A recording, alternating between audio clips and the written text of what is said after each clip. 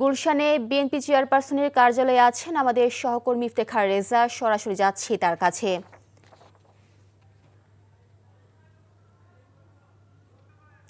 ইফতেখার, শোক বই এখন পর্যন্ত কারা কারা স্বাক্ষর করেছেন?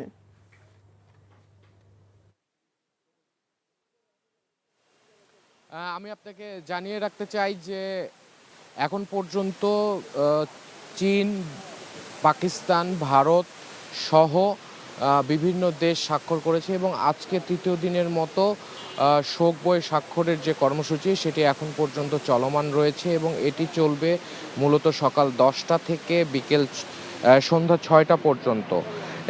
এবং আজ সকালে ঠিক কিছুক্ষণ আগে বিএনপির মহাসচিব মির্জা ফখরুল ইসলাম আলমগীর বিএনপির চেয়ারপারসন কার্যালয়ে প্রবেশ করেছেন এবং এরপর আমরা খেয়াল করেছি যে বিএনপির ভারপ্রাপ্ত চেয়ারম্যান তারেক রহমানের উপদেষ্টা হুমায়ুন কবিরও প্রবেশ করেছেন এবং আজকে সকালে কিছুক্ষণ আগে বাংলাদেশের যে শীর্ষস্থানীয় ব্যবসায়ী যারা রয়েছেন তারা দুই একজন করে প্রবেশ করছেন এবং বেলা বাড়ার সাথে সাথে হয়তো তারা আরও আসবেন।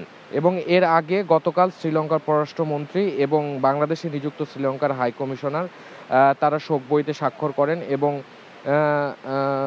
Norway, Sweden, Brunei, Palestine, Spain, Morocco, Bhutan সহ গতকাল মোট 28টি দেশের কূটনীতিক শোক বইতে স্বাক্ষর করেন এবং এছাড়াও বাংলাদেশের যারা রাজনৈতিক ব্যক্তিবর্গ রয়েছেন তারাও গুলশান কার্যালয়ে এসে শোক বইতে স্বাক্ষর করে গেছেন এবং 31 ডিসেম্বর অর্থাৎ গতকাল সন্ধ্যা 6টার দিকে ঢাকায় নিযুক্ত British high commissioner Sarah Cook শোক বইতে স্বাক্ষর করেন এবং সারা কুকের আগে Saudi Arab, Russia, Myanmar, Malaysia, জাতিসংঘ, ইউরোপীয় ইউনিয়ন, ইউএনডিপি সহ 16টি দেশের প্রতিনিধি এখন পর্যন্ত স্বাক্ষর করেছেন এবং আজকে তৃতীয় দিনের মতো চলমান রয়েছে এবং বিএনপি চেয়ারপারসনের ইন্তেকাল করবার কারণে শোক জানিয়ে বিএনপির বিভিন্ন অঙ্গ সংগঠন যারা রয়েছে তারা চেয়ারপারসন কার্যালয়ের আশেপাশে শোক জ্ঞাপন করে তারা বিভিন্ন ধরনের ব্যানার টানিয়েছেন এবং আমি আপনাকে আরও একটি বিষয় জানিয়ে রাখতে চাই যে